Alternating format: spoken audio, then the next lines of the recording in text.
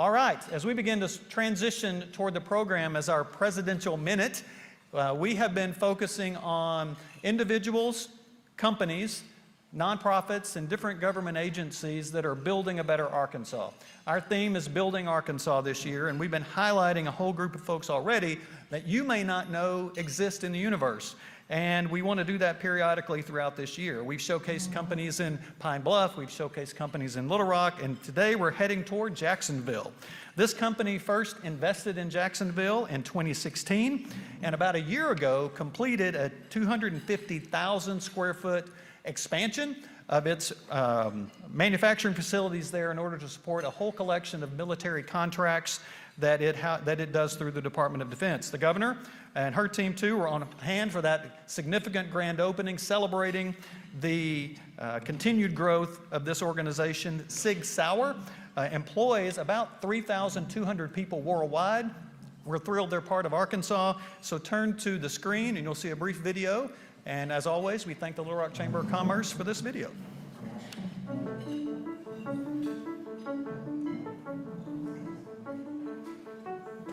Sig Sauer is a very significant manufacturer of small arms in the United States, commercial market, military market, law enforcement market, and relocated that operation into the Jacksonville area and began producing. When you start considering Arkansas, you wonder about the industrial base, what is available to you. And I think one of the pleasant surprises when you actually are in Arkansas is that there is a wealth of access to really very high-tech manufacturing technology. If we need it, we can find it.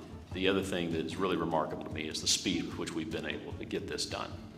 The construction season is long and favorable, and the progress we've been able to make in a very short period of time is really very exciting. We've had a 200,000 square foot building that we started last summer.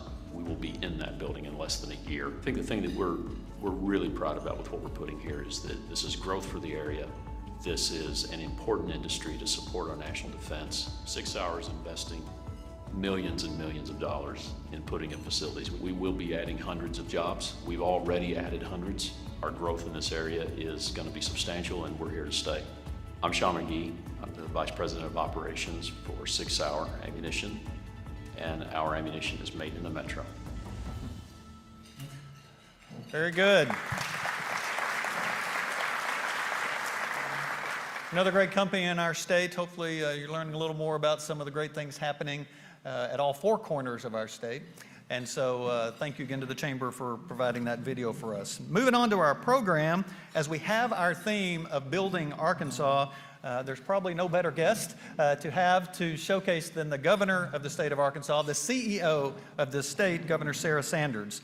She needs no introduction, but I'm going to do that anyway. The 47th governor of Arkansas, the first woman elected to that office. She has brought a focus on education reform, workforce development, and economic competitiveness. Today we have an opportunity to hear directly from the governor about recent legislation, a variety of upcoming initiatives, and her vision for business and economic growth in Little Rock as well as the whole state. So please, joining Governor Sanders on the stage today is moderator and Rotarian Mandy Richardson. So please give a warm welcome to the governor of the state of Arkansas, Sarah Huckabee Sanders.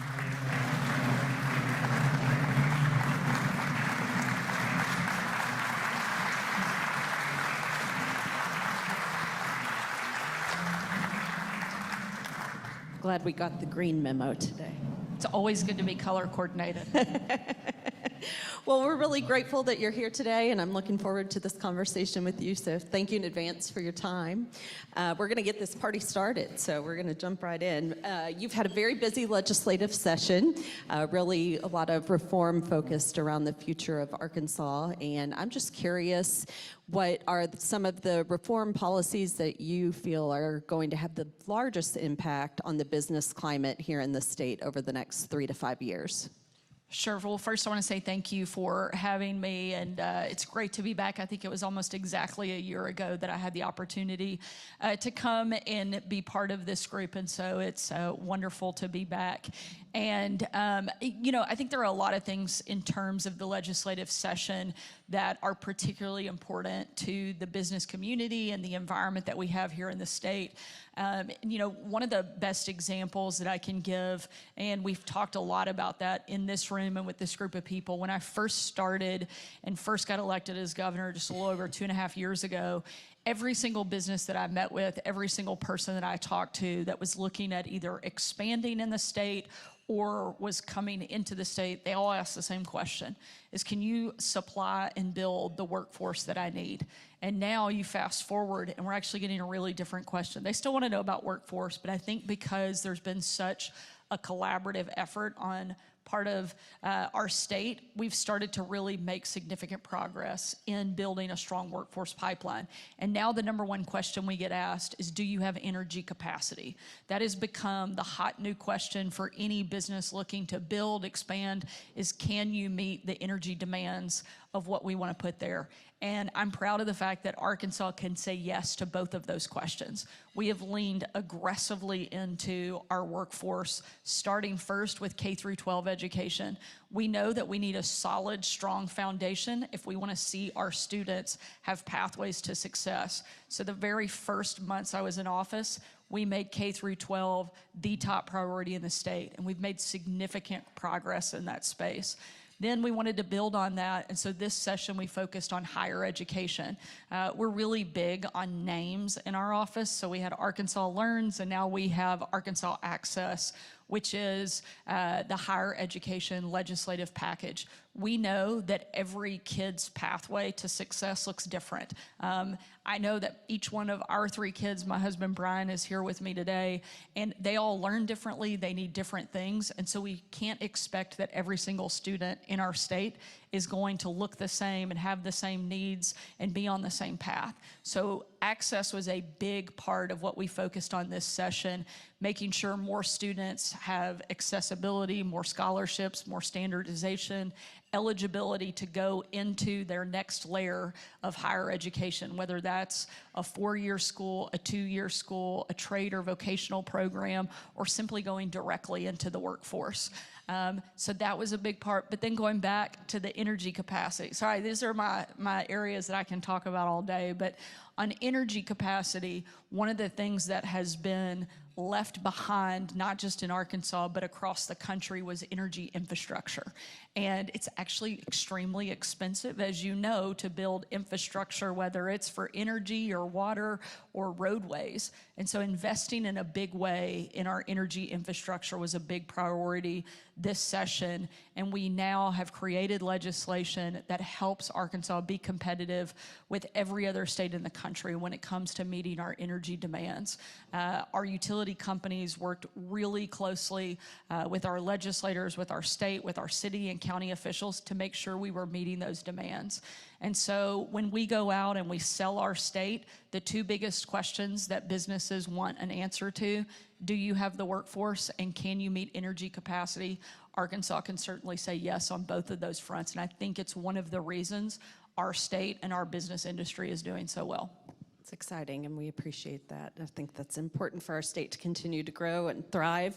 We also know important to our state, and a conversation that we've been having for several years is really around maternal health and the challenges that our state has faced with that particular topic. Healthy communities lead to healthy businesses. You've certainly had a strong focus on maternal health, and really thankful for a lot of the work that you've done around the Healthy Moms, Healthy Babies Act. But could you talk to us a little bit today about the initiatives with that act or others that your administration is focusing on, just to further this conversation and see what our state can do to improve those outcomes?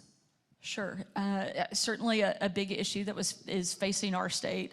And unfortunately, we had no place to go but up. And that's the bad news. The good news is we have no place to go but up in this space, because Arkansas continues to rank at the very bottom when it comes to maternal health. And so one of the big priorities that we laid out was we knew this wasn't something that government alone could fix, and it was going to take a true across-the-board collaborative effort. And so we put a task force together, which is generally something I actually dislike because task force get created all the time, and at the end you still have a task force and you have very little to show for it. However, this group was unbelievably motivated, and we asked for anybody that was interested, anybody that was willing to come and be part of this strategic planning team. We gave them a 6-month window, and we had more than 100 people volunteer. They met over 24 times and really put together in 6 months a true strategic plan on how we could address the maternal health problems facing our state. And frankly, you had a lot of people that had never sat at a table together and might agree on nothing else in our state, certainly on politics or policy, other than the fact that they wanted to see a real change and a real difference made when it came to maternal health. And so they put together a comprehensive strategy that touches all 4 corners of our state. I think so often that's the mistake that we make in government, is we like to tinker on the edges. We don't actually build out a comprehensive strategy that brings all the stakeholders to the table. And that's exactly what this group did. And we have invested over $45 million enacting a lot of the things that were put forward from this strategic planning committee, taking into account all of the different challenges that we have. We know that healthy moms have healthy babies, and so many women in our state were never seeing a doctor until they were actually in labor, despite the fact that they had access and free access, I should say, to see a doctor in all 9 months of their pregnancy, and they just simply weren't doing it. And so making a difference and showing awareness and helping them get access was a big piece of it, and something that I think we're making significant progress in, and it's thanks to all of these partners coming together and helping us address what I think will be a big issue for our state for several years, but that we're taking a holistic, comprehensive approach, and we'll see a positive difference in the coming months. Is there a next step to that when it comes to specific business conversations that should be happening, or initiatives that we hope to see the private sector start to take on in conjunction with those state policies? Sure, and I'll talk about a couple of things. I think it's important for us to lead by example when it comes to the state. And so a couple of the places that we've tried to do that, part of our LEARNS legislation, which we even expanded on this year, we're one of the few states in the country, one of only 9 states in the country that actually offers paid maternity leave, up to 12 weeks of paid maternity leave for teachers, which is a big deal considering 70% of the teacher workforce in Arkansas is made up of women. And so that is a significant transition from what we've seen in the past, where we have some of our best educators that never come back to the classroom, or people that don't want to launch a career in the first place because they feel like they have to choose career over family. We want to keep those best educators in the classroom. And so by providing that, and for the state taking on the cost and the burden of that, we're seeing already within just the first couple of months a lot more women taking advantage of that. One of the pilot programs that we launched that I think is a great example and something we'd love to see more in the private sector take on, we started at DHS, and I'm proud that we have expanded into other state agencies, including the governor's office, but it's a Bring Your Baby to Work program. And it actually makes everybody much happier too. It's amazing how much more enjoyable the workday is when you have a 2-month-old in the office. Now, if they're crying, that can change things a little bit, but generally they sleep a lot in those first 6 months. And the way this pilot program works is that with permission of your supervisor, a parent can bring their child with them into the workplace up to 6 months old, so that they continue to have that bonding time, but it also allows them to get back into the workplace. Just in the last year, in our small office of about 50 people, we have had 6 parents, both dads and moms, that have had kids that have brought their babies into the office. And I've done an entire cabinet meeting holding one of the babies in our office. It's amazing, too, people don't say no to you nearly as much when you're holding a baby. So I highly recommend any of you who are looking for looking into a confrontational meeting, or maybe you have a tough deal you're trying to work on, grab a 2-month-old, carry them into the office. Maybe make sure you have permission from the parents too, just as a clarifying. But it really has created not only a better working environment, but we reinforce the things that we actually talk about all the time. It's hard to say that we support family values and we support moms and families if we don't actually do things that support moms and families in the workplace. It's one of the biggest challenges that so many families face, is that the cost of childcare has skyrocketed. At one point, we were paying more for childcare a month than we were paying for the mortgage on our house here in Little Rock. Shouldn't work like that. And so looking for ways that we make it easier for people to have both a career and be parents is something that we've really valued and try to lead by example, and certainly would encourage more and more businesses to look at how you do that. It may be very different in your workplace on how you can support those efforts, but finding ways to be creative and innovative, not only is it helping you retain some of your workforce, but I think it raises the quality of life and the quality of the environment that you get the chance to work in. One of the other things, and then I promise I'll let you keep asking questions. You can keep talking about this one. That's one of great. the other things that we've done in the last few months is created a website that allows people from all over the state to help find childcare providers, quality childcare providers. I think one of the scariest things is having to drop your kids off and not knowing if the place that you're leaving them is going to be safe and quality and your kids are going to be cared for. And so we have created a website, childcarearkansas.com, that allows you to find quality childcare providers in your area, and we're trying to build on that significantly. And so it's another just tool that we're trying to make available to help promote families and people being able to have both workplace and a good environment for their kids. That's amazing. Wish that had been around 14 years ago, so thanks for making sure it's there now. Maternal health, health of children is a Rotary International focus for sure. Another one of our international focuses really is around building local economies. And as the state capital, Little Rock has a unique role in our local economy. I'm just curious, you talked about some of the things from a statewide workforce perspective that we were dealing with. Looking ahead, are there particular things your administration is focusing on that directly have impact here in Central Arkansas?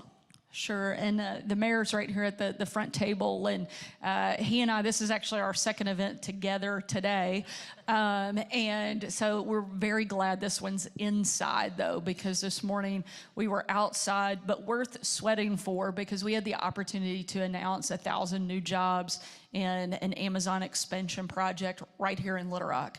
And one of the big advantages that we see here in Central Arkansas, here in our capital city, is the fact that we are a logistics hub. We are truly the center, the heart of the heartland, and we have to take advantage of that. It is a unique selling proposition for our city and for our state. We have river, we have rail, we have runways, everything that you need to be a central logistics hub. And when we lean into that and we sell that, it makes a difference. You know, people want to know, if they create a great product, can it actually get delivered beyond the factory? And knowing that we have every ability to move product is a good selling point for our state and for our city, and something the mayor and I have worked on together a lot. And we joke that we've been out to the port quite a few times, because that area of our city is growing and has just so many good things happening, including the announcement we have today. I love that you showed the video from Sig Sauer, because one of the stories that I love to tell that makes me really proud as a governor is Sig Sauer signed and was working on the expansion here in Little Rock at the exact same time that they were working on an expansion next to their corporate headquarters in the Northeast. We were doing the ribbon cutting and fully operational before they had the first permit and had started building in the Northeast. Not only had we actually signed a deal, worked on the expansion, but we were operational before they even started a year later. And I think that shows the difference when you get regulations out of the way, when you cut red tape, and when you create a good business environment and get out of the way and let the businesses do what they do best. 6 Hour doesn't want me telling them how to make arms and ammunition, but what they do want us to do is clear the tape and create an environment where they can be really successful. I think another great success story from right here in Little Rock that you can point to and look at time and time again is West Rock Coffee. This was an idea where you had Scott and Joe Ford, who had been really successful in business and frankly could have just ended their careers there and been really happy and lived great, comfortable lives. Scott was inspired by taking trip after trip. He had done several mission trips in Rwanda and seen these coffee mills and the lack of distribution that they had and access that they had to move their product. And he thought, we can do this. I love to hear his story because he said, I knew nothing about coffee. I knew nothing about growing coffee or moving coffee. He said, but I know something about business, and I know that Little Rock has all the tools that you need to build a really strong, successful business. And he said, so we can do this here. And they built an unbelievable company with the largest coffee distribution of anybody in the world, and they did it right here in our backyard. They had some challenges and some difficult moments, but throughout it all, they knew that they had all the tools necessary. And I think that's what makes a big difference of success in our state is the environment is part of it, but then having that little bit of Arkansas grit that pushes you over the edge is what allows you to overcome some of those difficult challenges that you know are gonna come your way and build something really special. And there is a reason that we're home to Fortune 1 companies like West Rock and so many others. It's because we have all the tools necessary and then a little bit of Arkansas grit that take us to the next step. Couldn't agree more. Thank you. One of the top issues we do continue to hear, I know that conversation has changed to the energy needs from your perspective in a lot of ways, but workforce readiness is still a conversation very important to the business community. Certainly through the LEARNS Act and some of the other educational reforms, we've seen that shift, but I just would love for you to share a little bit more insights on some of the outcomes that you've seen from those initial months in office and just the progress that we've made to strengthen the workforce statewide. Sure, and not to sound like a broken record, but education has obviously been a huge priority and something we've spent so much time on because I think it is one of the biggest things and responsibilities we have as a government. There are two key priorities and things that I think fall squarely on our shoulders to really lean into, and that's education and public safety. And it's why we spend so much time as a team, as an administration, as a with our legislative partners on these two critical areas. And education, as I stated before, we focused really heavily on that K through 12 side, and I'm proud that we've made significant progress in just a short amount of time.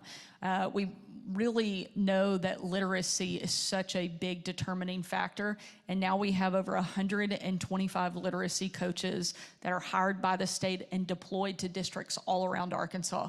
And we're seeing the fruits of that labor because within the last couple of months, they released the Atlas scores. And for one of the first times in our state's history, we're actually moving up in every single category that they test, showing that what we're doing is actually working. The places that we're investing are actually turning and doing what we want them to do.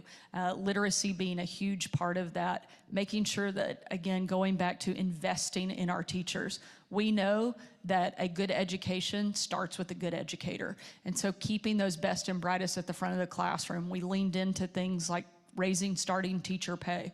But we didn't want it to just be the base level teachers. We made sure that every single teacher in the state got at least a $2,000 pay raise. We had scholarship programs, loan forgiveness programs, and paid maternity leave for our teachers. Those are a lot of the key elements that we know are helping keep some of those teachers in the classroom. We also instituted a merit-based pay system, and within the last few months, we were able to award up to $10,000 in merit-based pay bonuses to our teachers, to 4,300 different teachers in the state.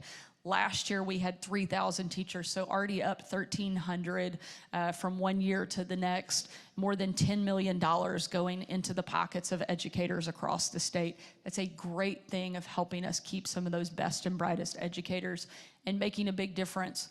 Building on that, we go into education freedom accounts. We did a phased-in approach, and this week I had the chance earlier, I guess it was yesterday. It feels like it's been a much longer week than that. But just yesterday, we were at the Easter Seals grand opening, where we got to see an expansion of this school, where every single student at the school participates in the education freedom accounts. These are students that need specialized programming. We have kids that come from not just Little Rock, but all over the state, all four corners, that come for that specialized programming and that one-on-one attention that they really need. We know that every kid can learn if given the right environment, the right resources, and the right opportunity. And for a lot of those kids, that's exactly what they need and what they're now getting at a place like Easter Seals. They used to have 22 students, and as of this fall, they will have 220 students, and they were able to take every single person off of their waiting list and get them enrolled at Easter Seals. That is life-changing for those 220 kids and their families, and we know that it will have a long-term impact on our state. You build from that and you go into higher education. We know that, like I said, everybody's pathway looks a little differently. We say that your education journey should sort of be like an interstate, where there's on-ramps and off-ramps, and it should never really end. You may graduate from high school and go directly into the workforce, but you may have opportunities where you can upskill and continue to grow and learn, and you should have the ability to come back on and off that interstate so that you're continuing to move up the ladder. That's the goal. It shouldn't be that anybody's trapped in any one place, but that there is constant opportunity for people here to take advantage of. And that's what we feel like we've done through Arkansas Access, whether it is a student graduating from high school, one of those 2-year programs. Our goal is to make sure that at the end of your education journey, you're prepared to either enroll, enlist, or be employed. And so that is what we have opened up and what we think we're gonna achieve through Arkansas Access, and really grow a true pipeline of workers here in the state of Arkansas. I could probably talk about this particular area for the next couple of hours, but because I know everybody here doesn't want that and actually has businesses to run, I promise that I will stop there and I'll let you ask another question. We might be okay with that. Continue. We appreciate those efforts. It's so important to our future for sure. Business leaders, like many in this room, really cite tax policy and regulation as factors of where to grow and invest, and we know there's more than just that, but could you speak to some of the updates on tax policy or regulatory reforms that are really designed to make Arkansas a more attractive place for companies to grow and invest? Probably the only thing I like to talk about more than education and workforce development is cutting taxes. And so really excited that over the last 2 years, we've been able to cut taxes in Arkansas 3 times, taking 20% off of our state income tax, putting more than $1 billion back into the pockets of Arkansans. And by doing that, we're reinvesting into our state, and you're seeing the return. As of today, I don't actually know if this is public, so I hope I don't get myself in trouble, but we will be $10 million this month ahead of our forecast, and even better than what we did in July of last year, which was not expected from a lot of the outside voices who said that this would hurt our economy and not bring about the type of change that we're looking for in the growth in our economy. Arkansas has been #1 in the country for cost of living. We have been in the top 5 for GDP the last 3 quarters in a row compared to all states, and we're #1 in the country for inbound migration, meaning that the things that we are doing, getting rid of some of our overburdensome regulations, cutting taxes, people are paying attention, and they're happy about the level of investment that we're making in the state, and it's helping us continue to grow and build one of the strongest economies we've ever had in Arkansas. That's awesome. Awesome.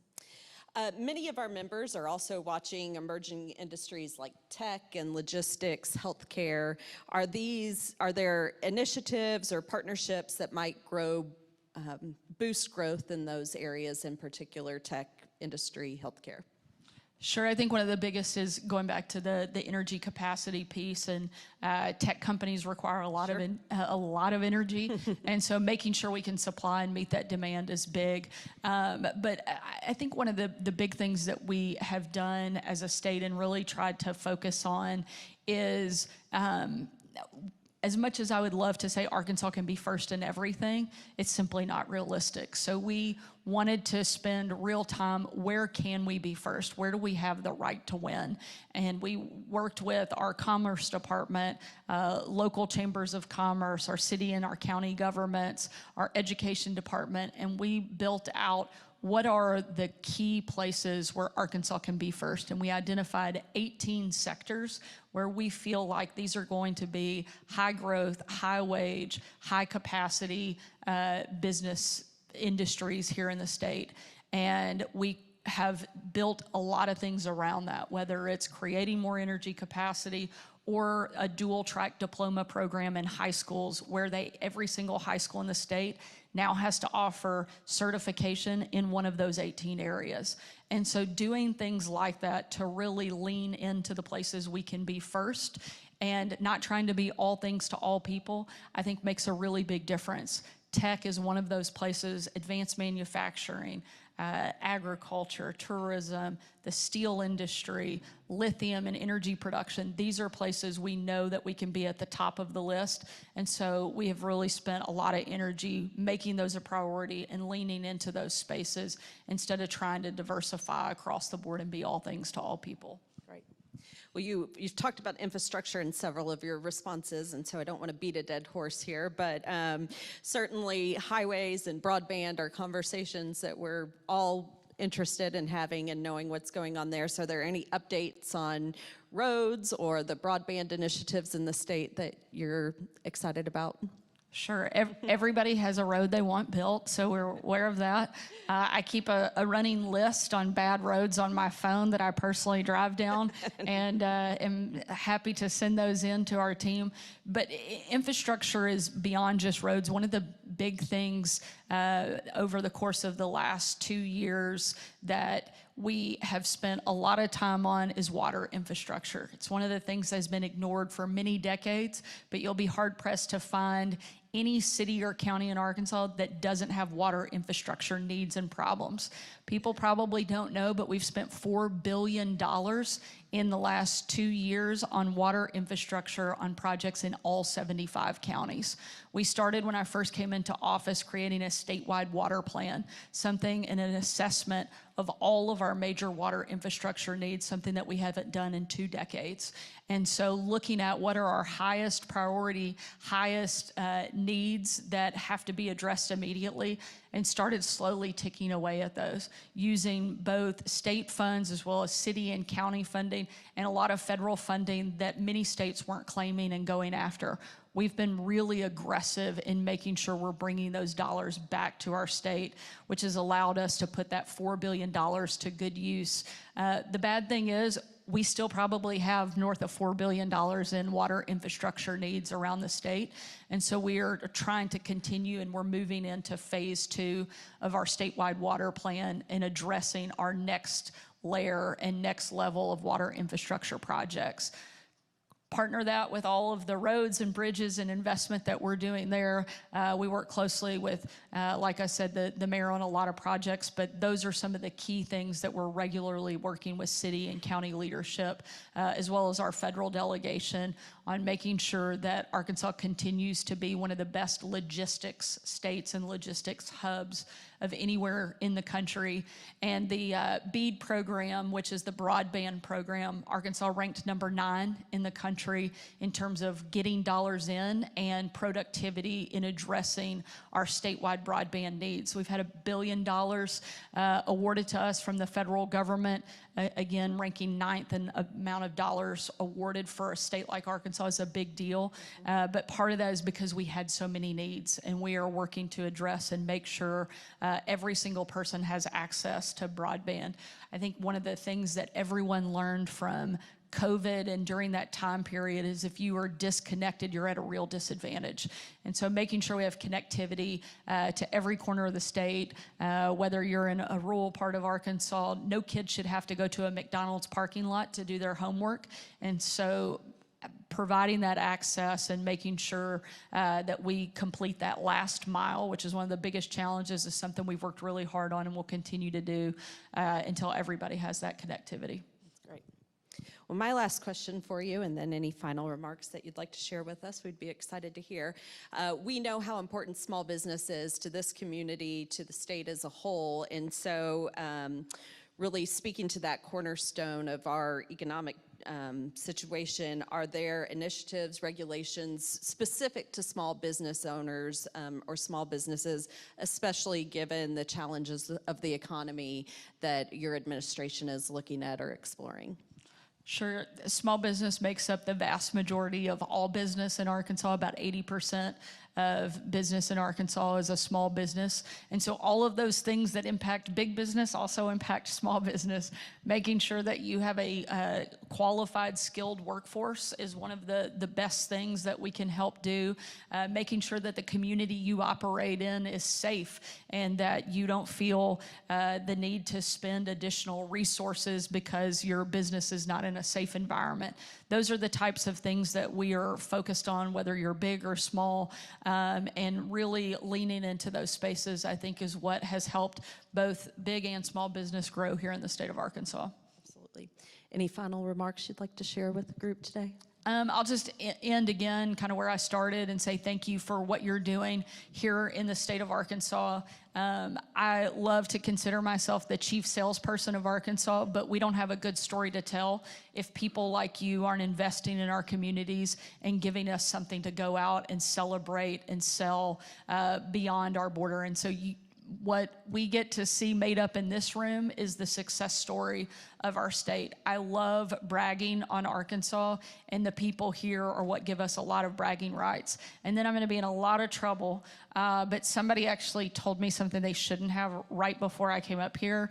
And my friend Molly, many of you know, she's a member of Little Rock Rotary, but it's also her birthday. And so I'm going to end. Molly and I have known each other for a few decades, so growing up in Little Rock, been friends for a long time. I want to wish happy birthday to my friend, Judge Molly McNulty, who does a great job representing our state. So happy birthday, Molly. Well, thank you, Governor Sanders, for your time, for your leadership, and discussing some of the challenges and exciting things that are happening in Arkansas. We're really grateful for your leadership and appreciate your time. Thank you. Thank you all so much. Thank you, Governor.